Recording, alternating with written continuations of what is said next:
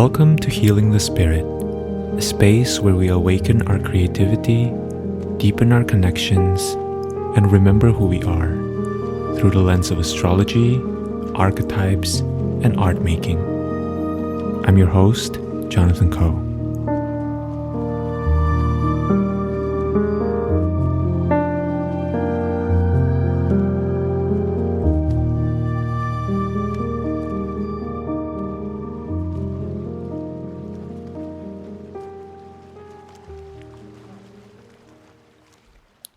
In today's episode, I am joined by my friend, Mariola Rosario. Mariola and I started our official astrological study together when we both took Britton LaRue's Charting Your course. I think it was the first iteration and it was in 2020, which at this point really felt like a million years ago, even though in human time it was really only a couple years ago. To introduce Mariola, I will read you her bio. Mariola Rosario, she/her, is a witch, astrologer, teacher, artist, and independent researcher from Borikén, the land known as Puerto Rico.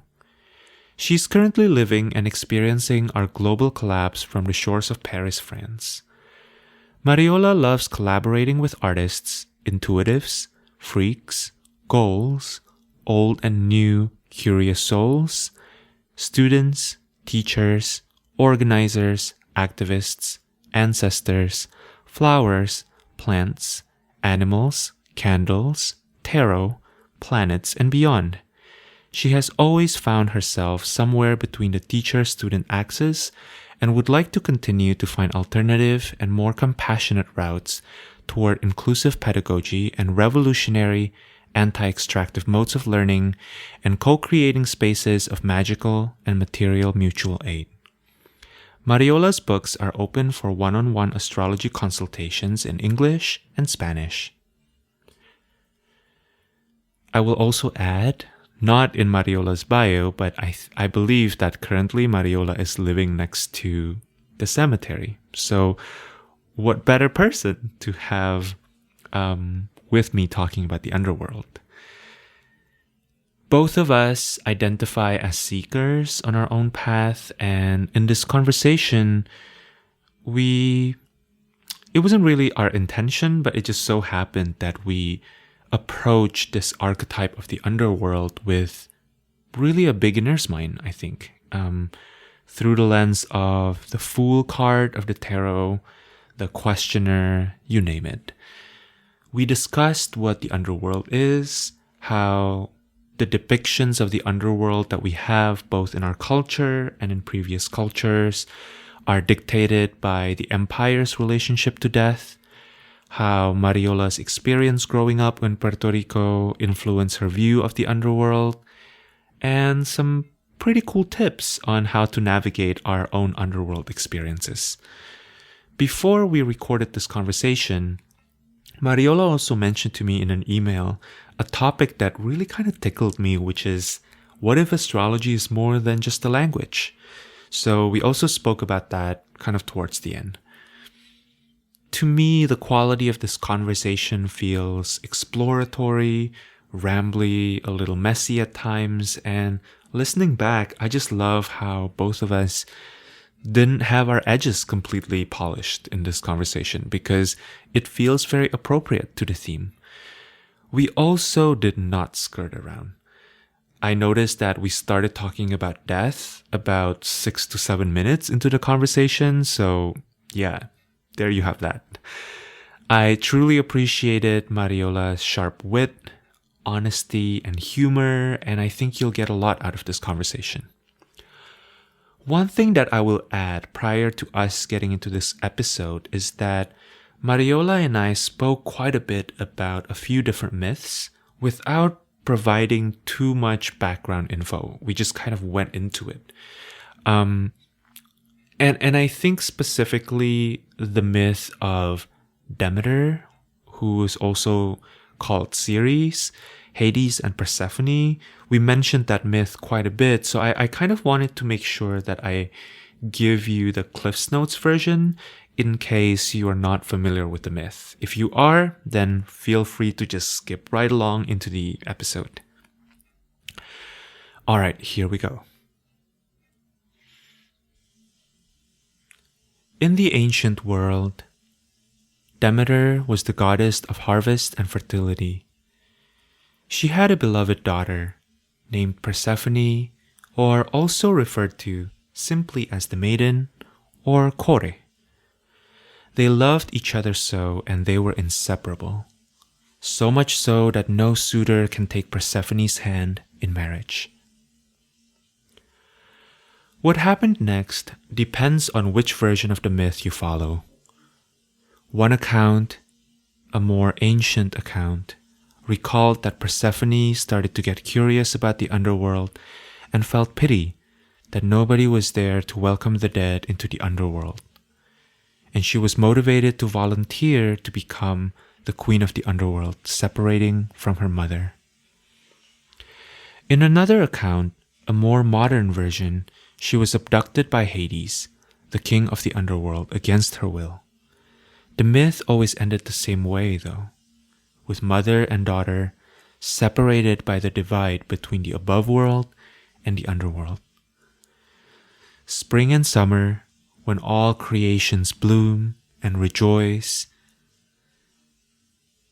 that's when Persephone got a chance to be with her mother above ground. While fall and winter, when everything goes to sleep, goes into a hibernation, that's when Persephone and Demeter are separated from one another. All right, so let's get into it. Here is my conversation with Mariola Rosario.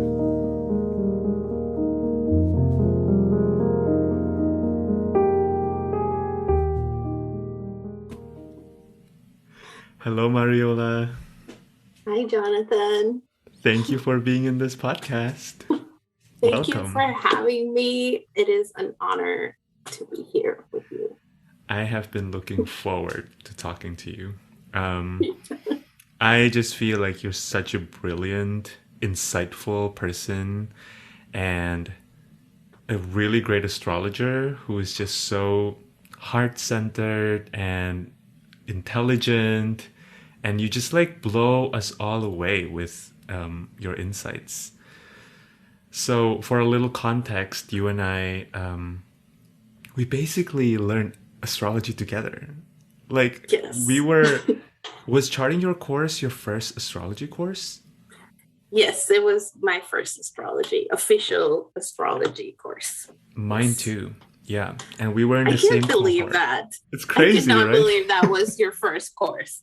It was my first course. I mean, I had been dabbling for a long time, but yeah, so I feel like we really grew together. Yeah, I feel so blessed that we were able to meet in that container and that we can continue to be in conversation and continue to grow. Yeah, absolutely. So I like to start by just kind of giving you space to contemplate, explore, muse about who you feel yourself to be today and in this chapter in your life.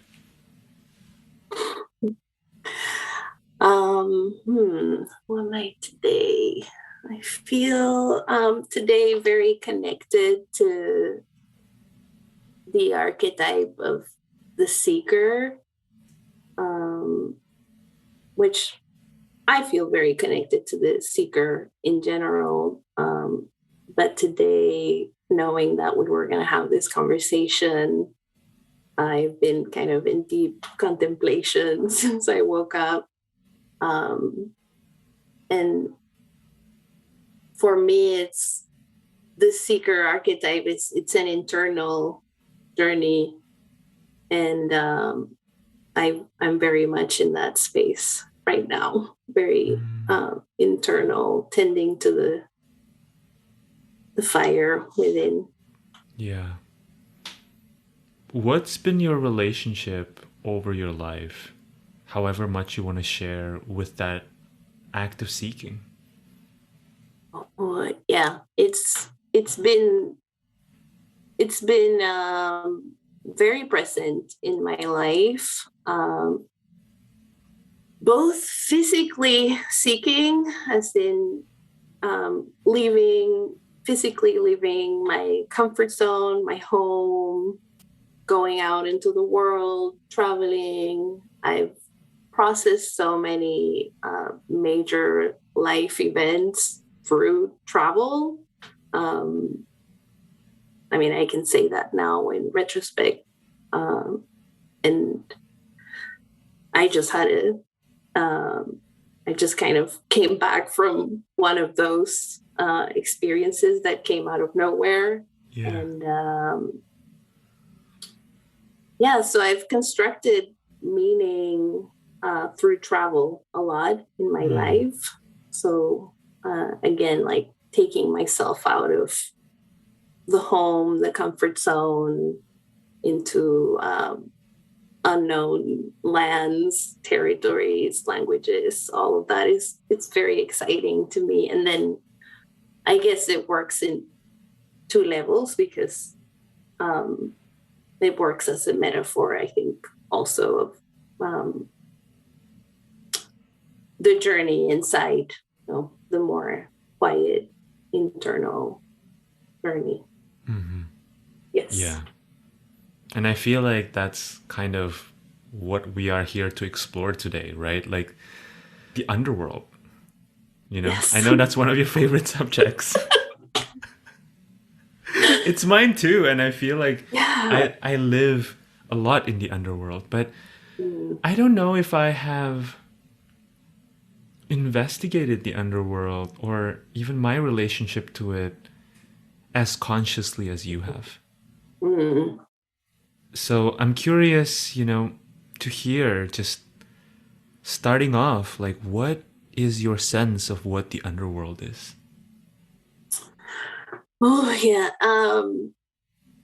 Quite a topic, no? So the underworld, what I think it's a metaphor, right? It's the metaphor of descending into the deepest experiences of human life, human consciousness. And perhaps the underworld it's what's at the other side of consciousness. No, it's the unconscious. It works on many levels. Again, it's the unconscious, I guess, in a kind of Jungian way. But then I also think it's a physical space.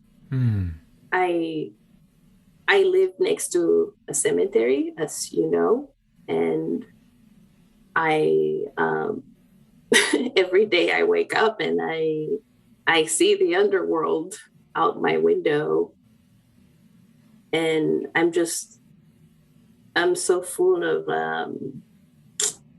wonder and respect for all these people that have passed that are my neighbors. Yeah. And I have to say, they're really great neighbors. They're very quiet. They're the best neighbors you could have. Yeah. I hear you. Yeah, and as you were speaking, it makes me think too about how in the mythology, right? Often we also think about the underworld as the hidden treasures, right? Pluto ruling like the hidden treasures. And so I feel like whenever we're talking about treasures, we can't not talk about the empire, and what is hidden in the underworld, either becoming a commodity, right, for power grab, or maybe having a certain mystique, So I don't know if any of that brings anything up for you. Yeah, that's so interesting. So I know that Pluto / Hades, the underworld, it is associated with like wealth, I guess, like hidden wealth. And yeah, but when you bring up the empire, it kind of, what it really makes me think of is how much of a death phobic society we live in, Yeah. actually, and how um, death is relegated to the outskirts of the human experience. We don't want to look at it. We don't want to talk about it. And I mean, in good reason. I don't want to sound like, I guess there's a certain aspect of it that could sound like glamorizing or beautifying death or Mm-hmm. whatever. Like, I don't subscribe to any of that, and so I don't want to sound like cavalier, like, ooh, death. Um, And at the same time, right, yeah. I feel like also the glamorization of death is a byproduct of the fear of death, right? Like they're not separate. Mm, Like in a way, yes. you can only glamorize or fetishize that which you don't properly give credit to and you don't properly spend enough time giving respect to. Mm, yes, absolutely. And yeah, I think we are living currently through the consequences of this, I guess, lack of consciousness, awareness, or just even wanting to deal with death. Um, yeah. Mm-hmm. Yeah. I recently watched and I actually don't know because I haven't fact checked this, but I've been watching this TV show called Billions. And Oh yes, I watch it. you watch Billions? That's great. Mm-hmm. I haven't seen the last season, I don't think. Okay. I'm I'm in the current season. I don't really know like what's going on in the real world, but there was something that one of the characters had said which was it was about the Greek tragedies and about how in the Greek tragedies you don't really see death on stage. Mm. That death was always something that was talked about, death was something that surrounds the tragedies, right? And yet they were never portrayed on stage. And to me, this kind of shoving away, right, of the underworld is so like it runs much deeper, I think, than our culture now. And I don't really, have necessarily all the research to back that up, right? But my sense of it is that I recently have been reading Post-Colonial Astrology by Alice Barkley Cat, and it was just kind of staggering how much our society now is built upon like Greek and Roman ideals, you know? Yes. And how we're Yes. basically like they were Rocky 1 and we were Rocky 2. We were like season 2, or like you know what I mean. And Yeah. yeah, that really struck me because it felt to me like it's so different than a lot of indigenous cultures where death is given Mm-hmm. true ceremony, right? Where there is a proper container for death, for celebrating death. Right. Yeah, for conducting rites. No, it's a rite of passage. It's something that um, should be included in the collective, um, maybe not celebrations, but the collective awareness, much like a birth, right? Like we celebrate births. Um, and so death should at least hold the equal space, I think. But Mm. yeah, what you were saying about death not being portrayed on stage, or just kind of like being this thing that is talked about and never seen. I just think death is like, the topic of death is, it's incredibly confronting to say, like, the empire, right? It just, death is, how can I say, like, empires always have an expiration date. Yes. And empire can never see its own expiration date, right? I think that's part of the empire. It's like unfettered growth. It's like uncontrollable growth until it's the end. Mm-hmm. And so death then works as a very confronting image, no, of things ending. Absolutely. Not just the physical body, but then the stories that we tell, right? The powers that exist, and so on and so forth. And so, yeah, in a way, it's quite devastating to the empire. I agree. Yeah. And it's like, going back to the idea that death reminding the empire of its own expiration date, I feel like everything has expiration date, but it's Exactly. more about like the flowers have expiration dates, but there's the difference between acknowledging that and integrating that as part of your aliveness, right? That death is not separate from life. And I even remember what Lindsay Mack always says, which is that death starts the creation process. The creation process starts with death, right? It has to start with making space for whatever is about to be given birth to. Yes, I love that. Absolutely. And what did I want to say to your point? Yeah, accepting the fact that things end to begin. And that's, as you say, everything has an expiration date, and that's okay. We live in a society that's obsessed with like the continuation of life and youth and again, beauty. And it's counterintuitive and just weird. Yeah. To the point of like, I don't know how graphic you want me to get, but okay, I'm just going to do it. Get graphic. When you see bodies of when you go to a funeral and you see a body that's been painted on,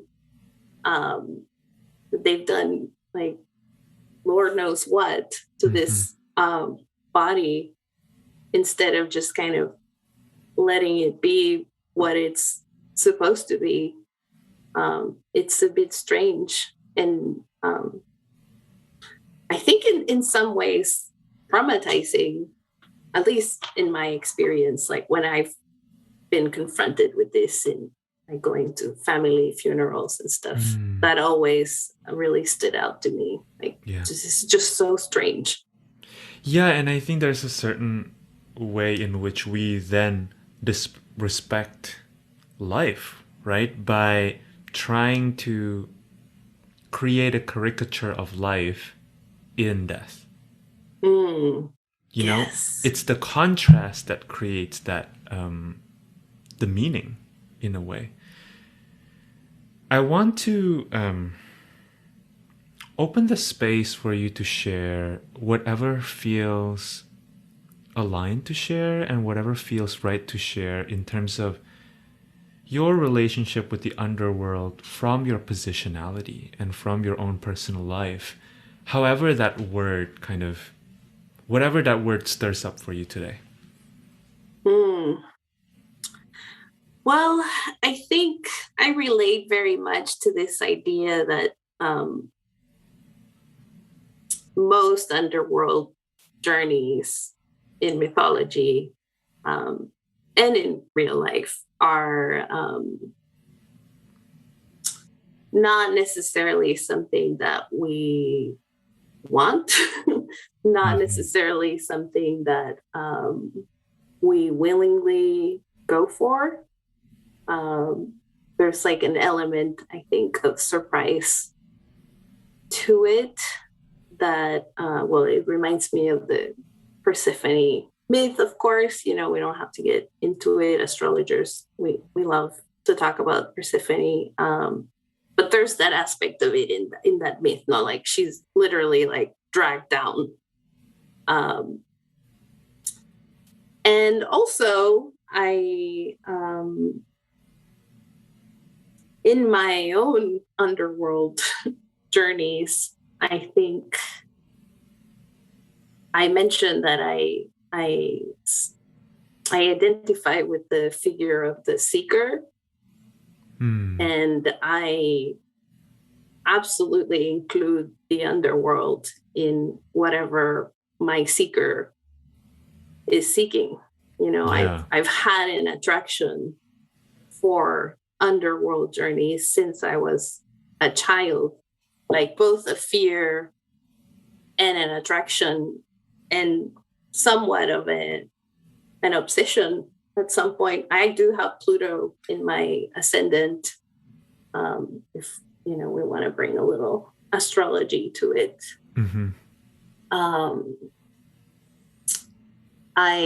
When I was a child, I was very connected to my ancestors that had passed away. I spoke to them, I saw them, and to the puzzlement of my family members who did not know how to deal with that. So, I've been kind of tapped into it since before I kind of had the vocabulary to talk about these things. Yeah. Wow. So it sounds like that's just always kind of been your practice and part of your own knowing. And I'm curious to hear how that's now resurfacing, how that knowing is perhaps assisting you or contextualizing your own experience of emerging as an astrologer. Yeah, I think about this so much. The underworld journeys, the ones that I've been kind of forced to be on, the ones that I guess somewhat willingly went on, all the way to, finding an apartment that's right next to a huge cemetery. Wow. Yeah. Yeah, it's just kind of full circle. And then, the language of astrology. Well, the language, I'm not really sure if I want to call it a language or not. Let's talk about that, actually. Let's talk about that. But the language of astrology, or the symbolic system that is astrology, has been very helpful in, of course, articulating a lot of these journeys that I have been on, like journeys of descent and ascent as well. Yeah. Are there particular archetypes or myths that you feel have walked alongside you in your journey? Yes, definitely the Persephone myth. For me, it was incredibly revelatory when I learned that. I guess I knew, but I didn't know that Hermes/Mercury was the psychopump. One of the psychopumps, but I do have Mercury like almost on top of my ascendant in Scorpio. So, yeah, when I contextualize the Mercury being this figure that goes down and up and down and up and just has the it's one of the few archetypes that actually can go up and down. It's really, I think, the only god that's really like going up and down, because the gods don't really like to go down to the underworld. At least without paying a price, I think. Right. Yes. I mean, there's the people that live in the underworld, and then, or the archetypes that live in the underworld, and then there's Mercury that's kind of bringing us news from the underworld, the hot gossip. The hot gossip. Yes. I love it. It's literally hot.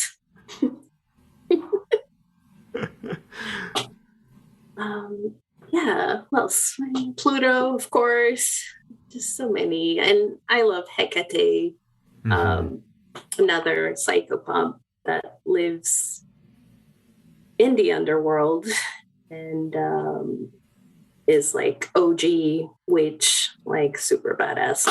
Yeah. Hecate is interesting too, right? Because wasn't it Hecate who told Ceres that Persephone was abducted, right? Yes, she. I mean, there's several ways of telling the myth, but yes, Hecate was one of the people that witnessed the abduction, and Helios, also the sun. But from what I understand, Hecate did not see it; she did hear it. But she was involved definitely in this kind of like rescue mission as an ally to Ceres. Right. And then an ally to Persephone. Right. I'm really into like thinking about Persephone and Hecate hanging out in the underworld. It's like doing witchy stuff. How do you feel working with these archetypes have moved you along in your story? And, you know, I'm thinking of Mercury and how Mercury kind of passes messages along, but I think Mercury also kind of moves the plot along, right? Like Mercury has this ability, Hermes has this ability to kind of, in a way, I think Mercury is the storyteller, right? Yes. And, you know, in playing tricks or in passing along messages, it's such a precarious position to be in, because you can be sending messages from one to another, and then you realize that, oops, you know, I said the wrong thing, and then caused a war, right? Oopsie. Oopsie. Yeah, Mercury. I love working Mercury. I mean, it's in my first house. It's so close to my ascendant. I identify both with the trickster aspects of Mercury and the kind of deeper psychological aspects as well, of like sort of underground Mercury.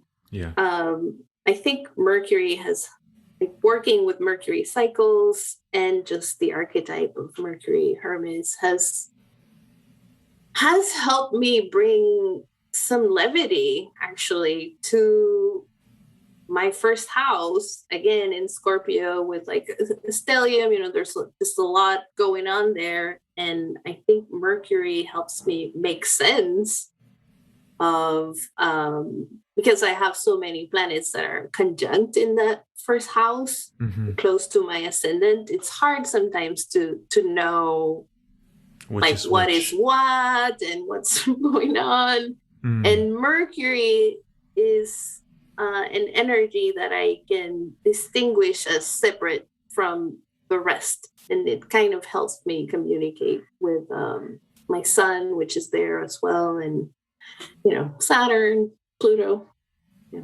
yeah, all the family. Yeah.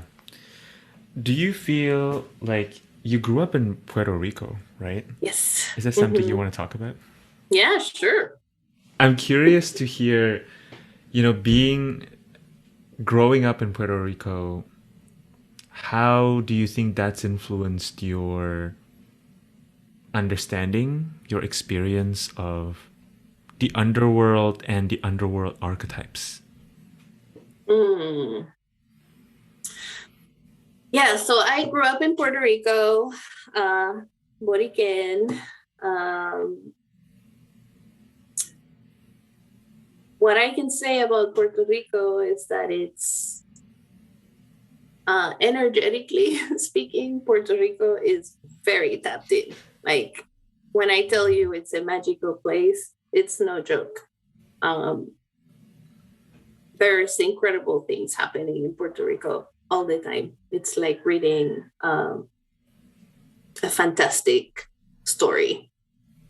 And then as far as the underworld, there's one thing that I'm thinking of, and it's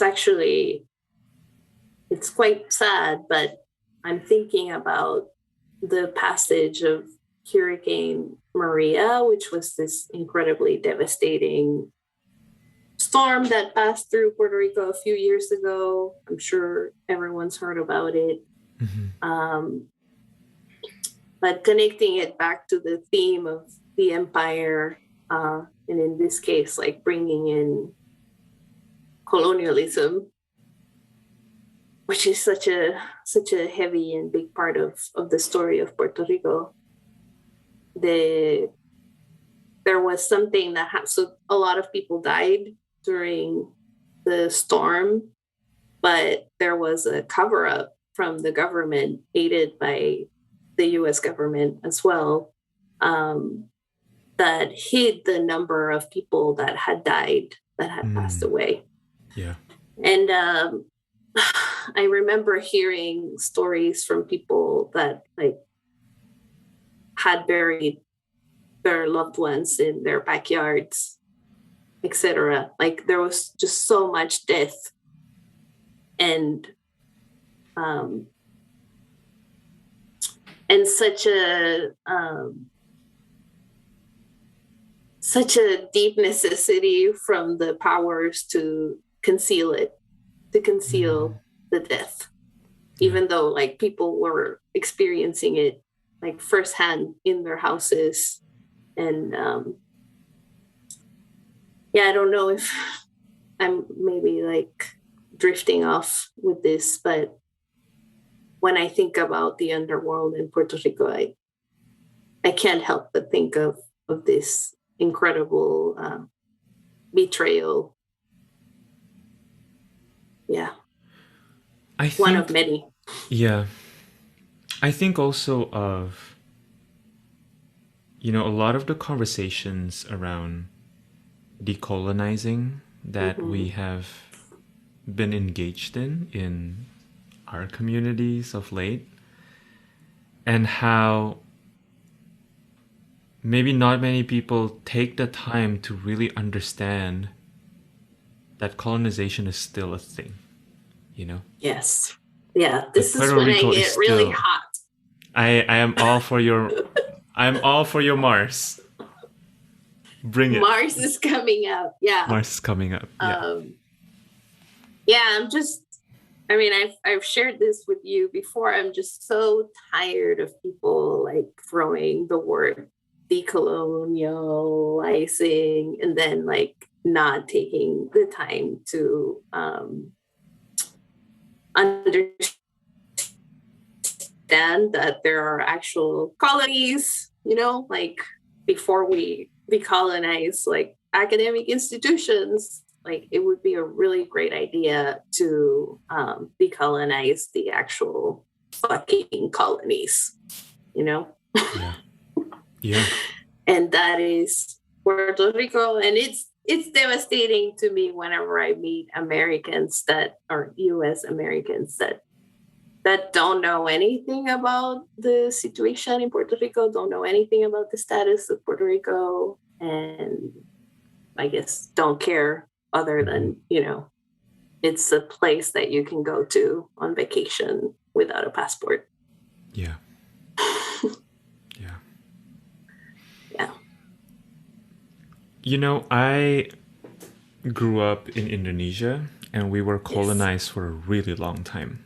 by various forces. And so one of the things I noticed as being the effect of colonization is that, on the surface, it really looks like people have certain ways of being, like maybe people have certain beliefs, maybe people are very religious, but actually what's underneath that is a sort of erasure of true identity, right? And so I guess my point is that I feel like there's a certain conflict. It's almost like that mirror of the colonizer and the colonized is reflected in people's lives. And it's almost like there's over allegiance to the colonizer, but there's also like kind of deep sorrow and perhaps even like righteous anger, that didn't have an outlet. Yes, I feel this in my body on a daily basis. I think I don't live in Puerto Rico anymore, but I belong to Puerto Rico, Yeah. These are my roots. And yeah, I'm filled with so much rage on a daily basis when I think about and when I see what goes on there still to this day. And at the same time, like, I have to hold the complexity of holding a US passport and having benefited throughout my entire life for having a US passport, even though I'm not American. I would never say like I'm a US American, but I do have a US passport that I got via colonization. Yeah. But yeah, it's complex. It's this combination, this hybrid identity. I mean, it's the reason why I'm speaking English to you right now, and you're speaking English to me right now. And we're able to have this conversation. So, yeah, I mean, the sacred rage is very much real, but and I think it absolutely needs like a sit at the table. Like it needs to be in the room, right? It needs to be acknowledged. And also, it can't be the only thing, right? At the table. Absolutely. Yeah. I think, one of the things that I find challenging in working with people with their chart is there's always kind of a question around, is this me or is this conditioning, right? Like, is this me or is this the larger forces at work? And I feel like our conversation is really bringing me to this point where I'm curious to hear from you how you have worked through that in yourself. Because I feel like that's part of getting to know our underworlds as well, right? Yeah. Like we get to know what is perhaps underneath our actions or our thoughts and how we are working with it in a way that feels nourishing or not nourishing, that helps us propel ourselves forward or like keeps us stuck. And in a way, I think one of the questions for me with my own underworld journeys is always like, how much time is healthy to spend in the underworld? Yes. How much, and even within like the context of working with others, right, with their charts, or working with yourself, how do you balance that above world and underworld quality? Such a profound, yummy question. And I don't know that I have the answer to it, because I do know that many times in my life, I have decided willingly to stay in the underworld, you know? And I struggle with that, because part of me, either through conditioning or just stories that I've told myself throughout my life, part of me is convinced that that's where I belong.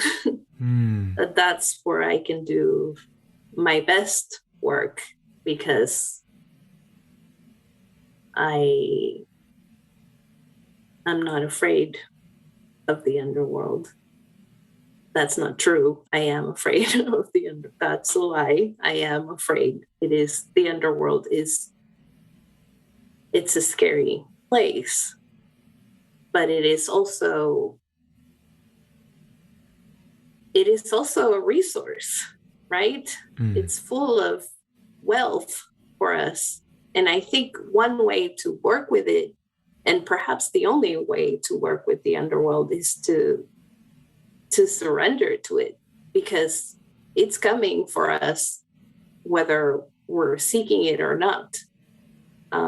Sooner or later, we're all going to find ourselves in the underworld. And again, like, I'm speaking like metaphorically, although we can also talk about, like, how we're all going to die eventually. Yeah. But I guess now I'm mostly thinking about or musing about this psychological journey down. Yeah, I mean, there's something in me that has always been very attracted by this descent. Like, I wanted to know what else is there, like, how deep does it go? Who is there? Like, who am I gonna talk to? And what do they have to tell me? Also, because if we think also in mythology, like, some of the people that go down, like the select few that can go to the underworld and then get out, they have kind of a mission. Like, it's usually to get some sort of information to bring back into the world. And I think in this sense, also the Hermes is very interesting. This idea that you can be infused with the goods of the underworld, the wealth of the underworld, and then bring it up, like, in a translated way, right? Yeah. Yeah, that's interesting. Yeah, it makes me think of how the underworld is also full of rules, right? Because, for example, when we think about the myth of Persephone and about how Persephone was prevented from fully living back with Ceres, with Demeter, her mother, because she had eaten those pomegranate seeds, right? And also about how basically everybody else, except for, I think, Hermes, had to sacrifice something just to go into the underworld, right? And or Inanna, the myth of Inanna, and how Inanna had to give up everything, including her own life, to be able to go down to the underworld. Yes, there's always a price to pay, right?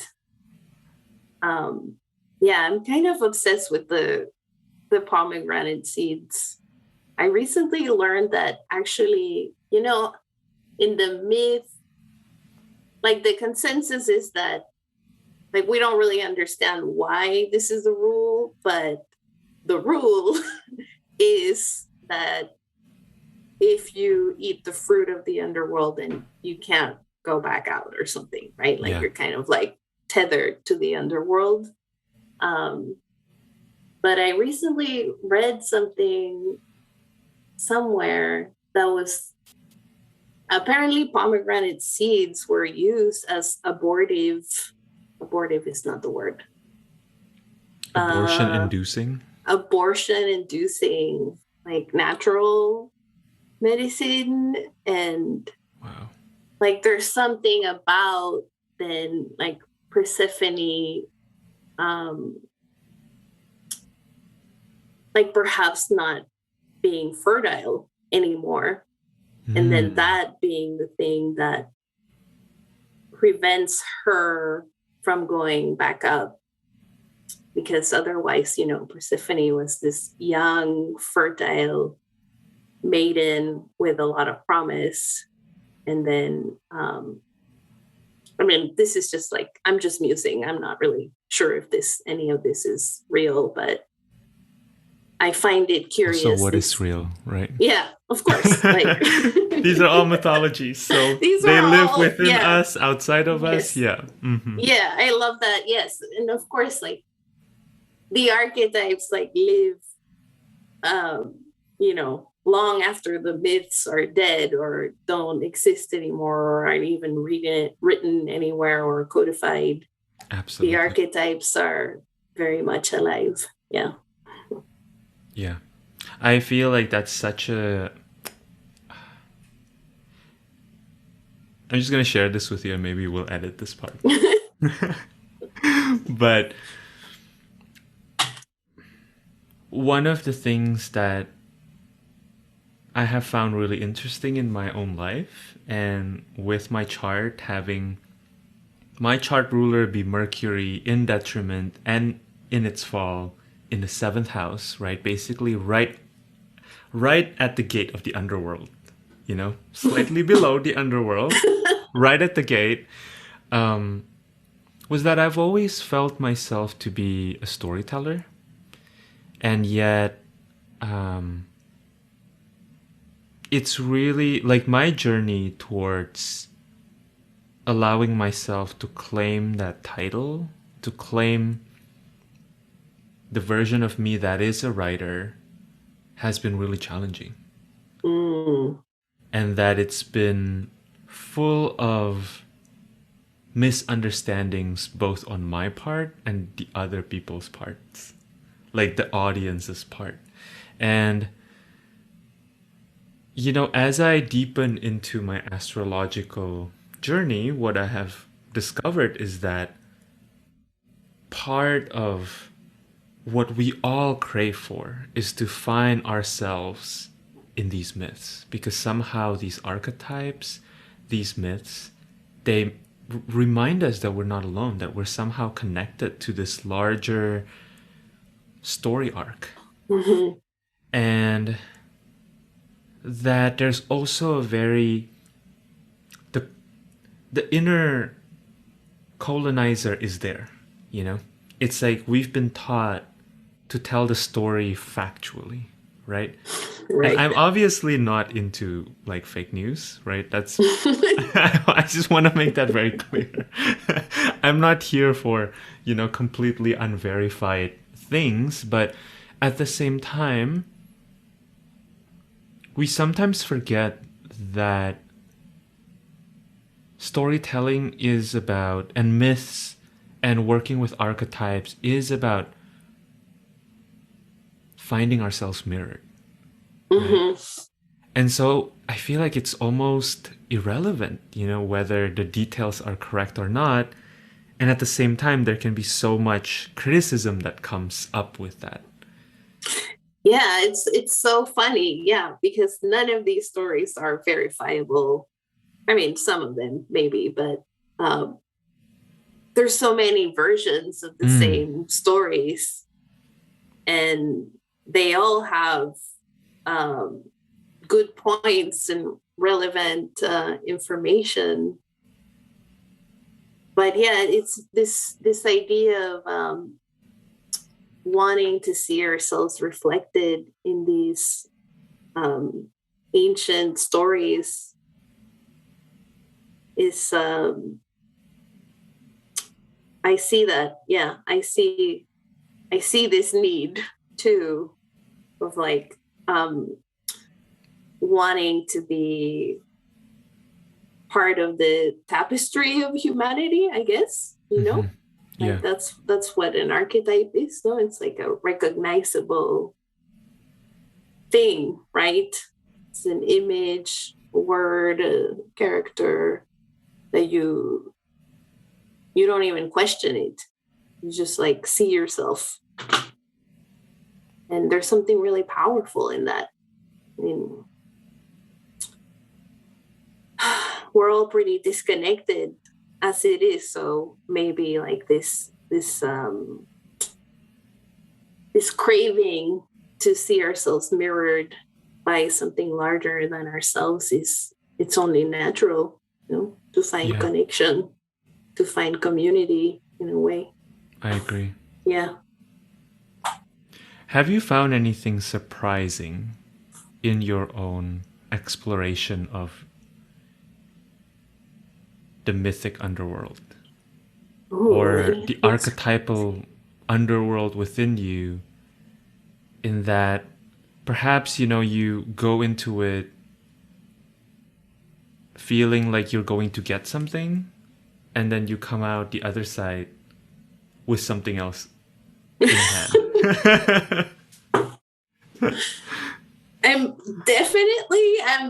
I can't really think of like any fun anecdotes right now, but I think 100% every time that's how it works. Like you go in expecting, like expectations are so, it's hard not to have expectations. Yeah. And at the same time, it's like, yeah, it's always different. It's always, you just have to let things unravel as they're supposed to. Like there's no real control. I think, again, the word surrender with like these like katabatic experiences it's really the only thing that you can do.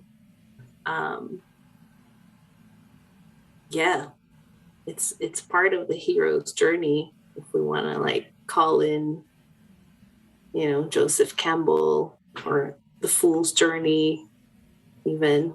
You know, the fool doesn't know. The fool is just like the fool. Yeah. It reminds me of this poem, I think, that you have shared with me about was it the troubadour? Oh yeah. Remember? Well, the thing in Spanish, caminante. Yes. Yeah. Well, yeah, what is this? It's actually a song. No, it's a poem by Antonio Machado.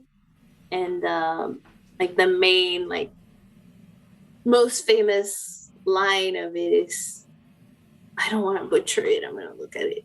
Yeah, it's go for caminante. it. Yeah, I don't want to butcher it, so there's actually several versions of it. So, and the English translation is not very good. No hay camino, se hace camino al andar. Al andar se hace camino y al volver la vista atrás. Se ve la senda que nunca se ha de volver a pisar. Caminante, no hay camino, sino estelas en la mar. It's basically like caminante is someone that is walking. Let's just call this person the fool. Like there's no path. Like person that is walking, there's no path. Like there's only a path as you step forward. You make the path as you move forward. Otherwise, you will never see the path. Right. Something like that. I love that. Yeah, I'm so happy good. We have it recorded. I was really like entranced there. Oh. I love that. Thank you, Mariola. Yes. Oh, thank you. Thank you for remembering that. Yeah. There is something in the seeker archetype, there is something in this traveler archetype that feels very mercurial to me too. It's almost like Hermes before discovering that their sandals have wings or something like that, you know? Yes.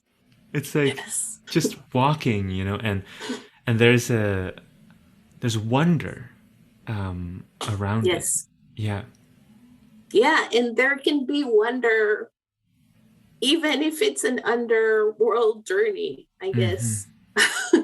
Again, not to glamorize it, but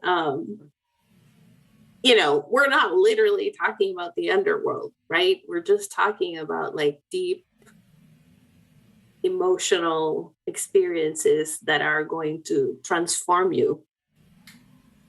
There's Absolutely. the transformative aspect to it, no? The Plutonian, like the alchemizing aspect of it. Yeah, there it can, like, you will be changed by it. A different person. Yeah, you come out of it a different person. And that's isn't that the ultimate adventure? Yeah. I think, I'm kind of taken back to one of your points earlier about how the underworld experiences, they're the ones that we never really ask for, right? And that's why they were so difficult. I kind of want to muse with you about finding joy, finding pleasure in the underworlds that we find ourselves in, right? Perhaps unwillingly, perhaps unexpectedly.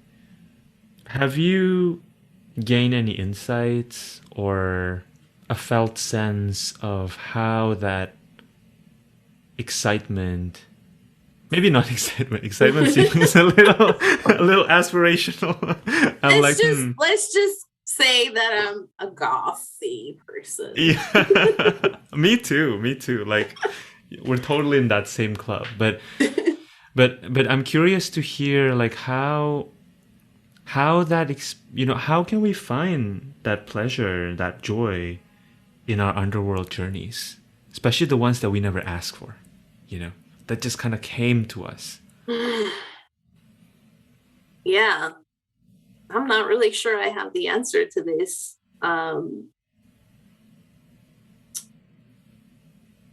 Although, we could go down the path of the erotic and the kinky, right? Like there could be, and I feel like this is very much part of the Persephone story, right? Like, it's so ambiguous. It depends on who's telling the story. But something that's very striking is like what actually like happened to Persephone, like while we're telling the story of Ceres and Zeus, and like there's like a famine because Ceres is like depressed or whatever. Like, what exactly is going on in the underworld? Yeah. With this young maiden, right? And obviously this is a very contested territory, and there are those who tell the story as if Persephone is a willing participant in her abduction. And this is interesting too. This is also talking about separation from the mother, right? Like the maiden separating herself from the mother to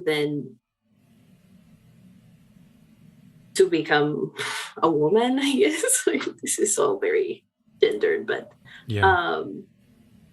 to become, I guess, fully herself, to become the queen of the underworld. Yeah. You know, it's not just any goddess, is the queen of the underworld. But yeah, I don't know, to find pleasure in the underworld, I like to imagine that Persephone enjoyed eating those pomegranate seeds, for example.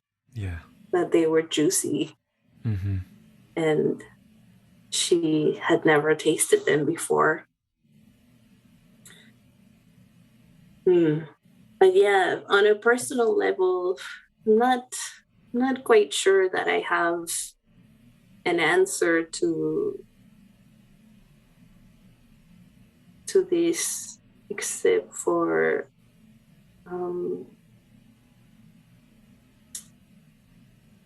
I mean, I think surrendering to an underworld journey is a big fuck you to empire and to like hyper productive, fast-paced society that is our context. I hope I can say bad words. Of course. In this podcast. Yeah. Super welcome. You know me. But yeah, acknowledging an underworld journey and surrendering to it and allowing yourself to be devastated by it. God damn it. Like, yes, be devastated by devastating things. Grief, you know, we don't have to hide our grief. We don't have to hide our mourning. All of these things are incredibly disruptive to this society that would, I think, prefer for us to just, you know, move on really quickly, like get up and, you know, pull yourself by your bootstraps type of thing. And I guess like some of that sounds pleasurable to me. I'm not sure if I'm really answering your question about like pleasure per se, but there's something about being like radically opposed to what you're supposed to be doing, you know. Mm-hmm. Like we're supposed to be ascending all the time, for example, right?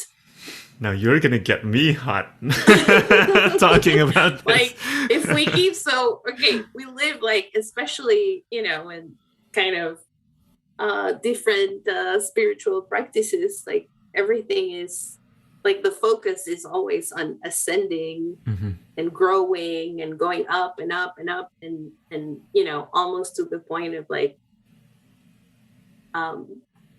not being human anymore. It's very strange to me. And so I guess in that way, choosing to descend is quite a radical act and pleasurable, perhaps.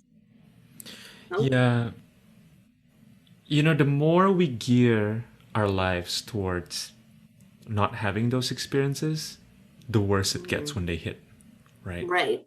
And so there is, I think, maybe merit to, I don't know, practicing being in the underworld. I actually wanted to share something with you, Mariola. Yes. The other day, I was just really exhausted. I feel like September was a huge, like, expansion month for me. Not in, like, a sexy way at all, actually. But just more like I was finally doing things that I've been wanting to be doing for a while. Probably for all of 2021, essentially. And September kind of felt like the actual, you know, propelling moment of that. And at the end, I was just so tired, like super exhausted. Like my whole system was super exhausted. And so I ended up spending that evening just sitting in the dark, being completely enveloped in the dark. And I cannot tell you how healing that was. It's crazy how our eyes our whole body has been subjugated to an experience of always being in the light. Yes. And how like damaging that is actually. It's so against our true nature, I feel like. So, allowing yourself to like sit in the dark and like spend time in the dark feels so kind of like you said, right? It feels like it's very against what we are expected to do. Yes. And it brings a different kind of healing. It is, I think of the word healing as remembering, right? It reminds us that we have this side to us, that we need to be under the dark moon, Yes. Yes. I just got chills with you telling me all this. I love that so much. And also, I think when you do that, like you remind yourself that, you do have some vision in the dark, right? Yeah.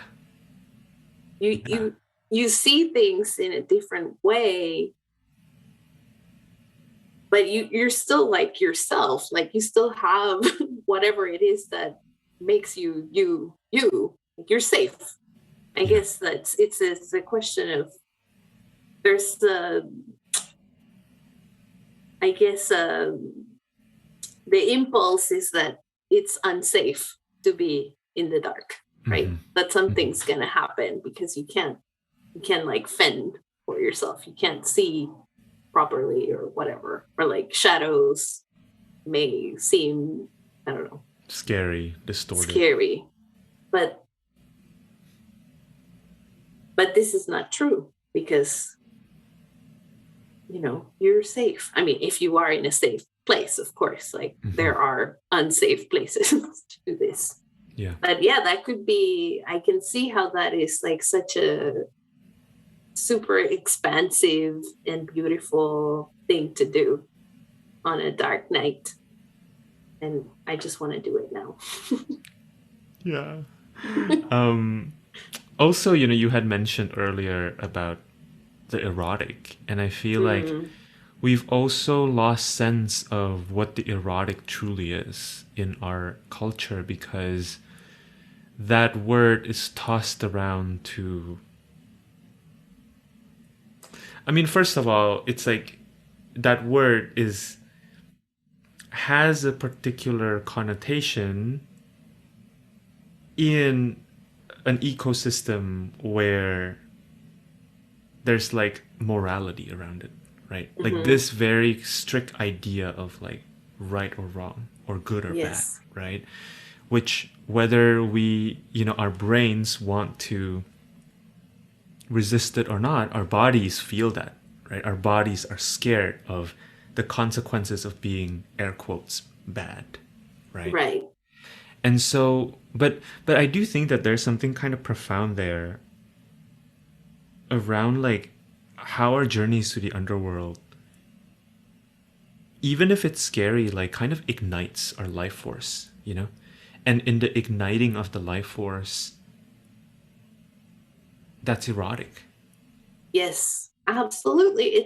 It's fire. It's our internal fire.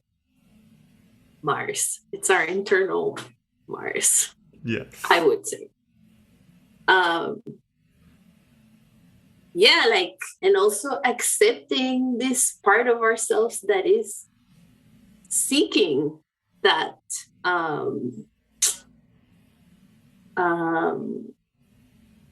what incendiary experience, right? Something that fires you up from within. I think in a way we're all looking for that, right? Some of us more than others. Maybe some of us are just more aware of it or just willing to look at it. But there's always a slight danger to it, right? Or at least a perception of danger. Yeah. that's also very erotic, I think. Mm-hmm. The possibility of you being confronted with the unknown, with something that you've never seen before, Yeah. something that you don't have the capacity to articulate even. Mm-hmm. I have Venus in Sagittarius, so maybe this is what's happening here. Well, you're gonna be having your Venus return very soon. Yes, I'm so happy. Yeah. I'm curious if there's anything else you want to talk about as we draw to a close. Do you want to talk about astrology not being a language? Yes, let's do it. Yeah, I'm curious. So, I guess for context, you had emailed me about this idea that maybe astrology is not a language after all. So, I'm curious to hear your take on that. I mean, obviously, I'm not sure, but we're going to ever be talking about what is astrology, right? And meandering on this topic forever and ever. Yeah. And that's cool. That's exciting. But yeah, since I started to formally study astrology, I was completely convinced that astrology was a language. Like, I feel really comfortable with that. I've studied languages before. I was kind of studying astrology as I studied other languages. Mm-hmm. And then what happened? So this summer I was hanging out with different people and talking about astrology, and I found myself, like, I caught myself several times. I was talking to people that were questioning my astrological pursuits, right, for different reasons, because they think of themselves as like extremely empirical, rational people, whatever, Mm-hmm. And so I caught myself several times telling these people, like, no, but astrology is just a language. It's just a language. Like, calm down. It's just a language. Like, it's nothing creepy. It's not a religion. And just after a few times of saying this to different people, I got like almost like a punch in the stomach, which I can only describe as like my intuition. There was something like deep within me that was like, no, like, you need to stop. Like, what are you doing? Astrology is not a language, or at least it's not just a language. Like, if it's a language, then it's at best like a dialogue, right?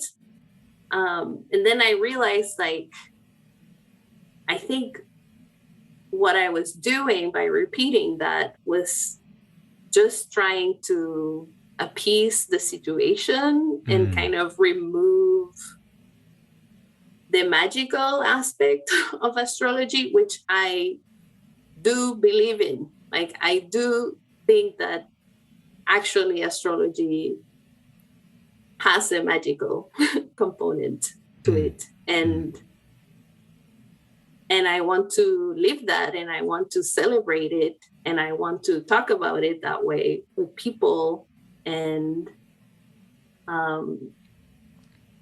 also, I think astrology then is maybe right now more of an artistic practice, which, we've talked a little bit about this as well. Like, there's an aspect of it that reminds me more of a dance than anything. Right? It's a composition, it's a conversation. It's not just a language. It can't just be a language. There's choices that we make. There's like active choices that we make when we talk about astrology. And so, yeah, it's not just a language. Yeah, the word that's coming to me is there is there's an act of bringing something to life that happens with astrology that language by itself is not capable of doing. Yes. At least the language in terms of how we have been using it in this colonial mindset. Yes, exactly. I was going to say, like, talking about the Western mind, right? Like, saying astrology is a language is like an extremely like Western thought, I think. It's just like, I want to have conversations with people where like I'm allowed to at least like muse on my thoughts of astrology being like more than a language. Yeah. You know? Yeah. This by saying that, like, really what I was doing was kind of like hiding. I guess what it made me think of was I've suffered from this my entire life. This sort of like making myself smaller and less magical and less powerful and less scary, less intense, less etc. etc. And it was really cool then when I was like having these conversations with people to like feel my body reject that and be like, no, like you don't do this anymore. This is like, no, this is part of the journey, right? Is to claim it, to claim the intensity, to claim the magic, and you know, etc. etc. So I don't want to like water down myself, and I don't want to do that to astrology either. And I might change my opinion on this, you know, I'm not really sure, but yeah, that's where I'm at now. Thank you. Yes. I love it. So to that end, what do you think astrology is? Or how would you how would you explain your relationship with astrology today, and how do you feel like that relationship is working you towards building a future reality?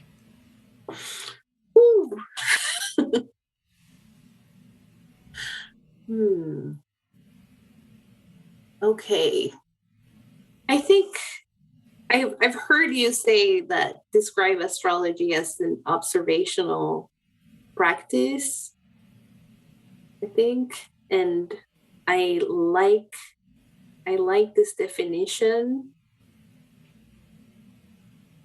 And also I think I see it as a dialogue. Like it's a dialogue both, you know, with myself and the planets, myself and the archetypes, myself and the cosmos, dialogue between like myself and the dialogue that is going on in the cosmos, even without me, you know? Yeah. And then also, I think it's a series of choices as well, which I find fascinating because there's a creative aspect to it, right? Like we decide what we want to look at in a chart. Like we decide where we want to begin. We decide what the story is. And so that's exciting. That's exciting both for like as I practice it for myself and in service to others. So I also think it's an act of service, right? Yeah. I hope that answered your question. I love it. Maybe not. Thank you, Mariola. That was so beautiful. You're Would welcome. you let us know Yes. how folks can find you? What have Can you I been? read a poem for you before we Yeah, do of that? course. Of Okay. course. It's a Rumi poem that I found while I was like thinking about that. Okay. Yeah. Um, it's super short. It says, a stone I died and rose again, a plant. A plant I died and rose an animal. I died an animal and was born a man. Why should I fear? What have I lost by death? Wow. Thank you. Welcome. It has been yeah, it has been such a privilege to like be in the underworld with you. Oh my God. Thank you for hanging out and having tea with me in the underworld. Visit me. Thank you so much for the invitation. It's like truly an honor to be here in this space with you and to be your friend, to see you evolve and grow and Oh, do the things that you want to do. Like it's really exciting to witness, and I've always thought that you are brilliant and kind and just a stellar space holder. So thank you. Thank you. thank you, Mariola. That's so sweet. So, yes, how can people find you? Okay. So I think right now, probably Instagram is the best way to find me. I do have a website, but it's kind of in the works, I guess. It's really beautiful. I love your website. Oh, thank you. Yeah. I did it all myself. It's impressive. And I love the artwork too. Like, if folks go Yeah. to your website, that's all like you, all your Yes. work. Yes. I Yeah. wish I could do that. Well, you can. You just like need a lot of patience. And Adobe. Adobe. I was going to say. Just get the creative suite of Adobe and you'll be good to go. Yeah. But yeah, for now, I think Instagram, while I finish some things on the website, it's Mario underscore la underscore Rosario. Maybe I should change that. It's kind of confusing. I love it, actually. You like it? I was like, who is Mario? And I'm like, oh, yeah. I know. I like that it's confusing sometimes to people. Yeah. Mario. My friends call me Mario. Yeah. And you're doing readings, right? I'm doing readings and I am making art and I'm reading a lot, like books. I'm also reading post-colonial astrology I've been reading it for like months now. It's a dense and I'm read. not done. It's dense. It's so good. It's beautiful. Yeah. And I'm so happy to like be practicing astrology in the age of like Alice Sparkly Cat. Yes, me too. Me too. Cool. Thank you so much, Mariola. This has been a huge pleasure. Thank you so much. I wish you all the success in this new endeavor. I'm sure it's going to be great. And I can't wait to have you back. We should be talking more about astrology as artistic practice. Yeah, let's do it.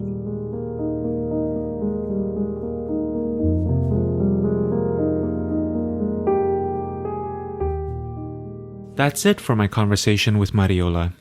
I hope you enjoyed our deep dive exploration and that some new way to frame the concept of the underworld and all of the things connected to it have been revealed to you, or that maybe we inspired you to come up with your own framing. As always, you can find all the ways to connect with Mariola on the show notes. Connect with her on Instagram and check out Mariola's beautiful website, which in her own words is forever under construction. I believe that ever since this interview, Mariola has also changed her Instagram handle. So I think right now it's at Mariola_Rosario. I would also encourage you to get an astrology reading with Mariola in both English or Spanish, if that's what you prefer. Personally, my own reading with Mariola felt really life-affirming. I feel like she has a way to hold space with so much kindness, compassion, and humor, while also not being afraid to go into the darker, deeper territories of life. Mariola is also one of the 13th readers for this year's iteration of The Magician's Table, which is a course facilitated by Britton LaRue, our mutual mentor, geared towards emerging readers who are ready to take their practice to the next level. If you found this podcast or this conversation to be inspiring, nourishing, or helpful in some ways, I would love it if you could subscribe, rate, or review this podcast with 5 stars or whatever is the highest ranking on your podcast app. If you think someone else will benefit from this episode, please share them too, whether publicly on social media or perhaps personally with a friend or with a member of your community. Until next time, I hope you take good care of yourself, and I'm sending you so much love. Thank you for listening.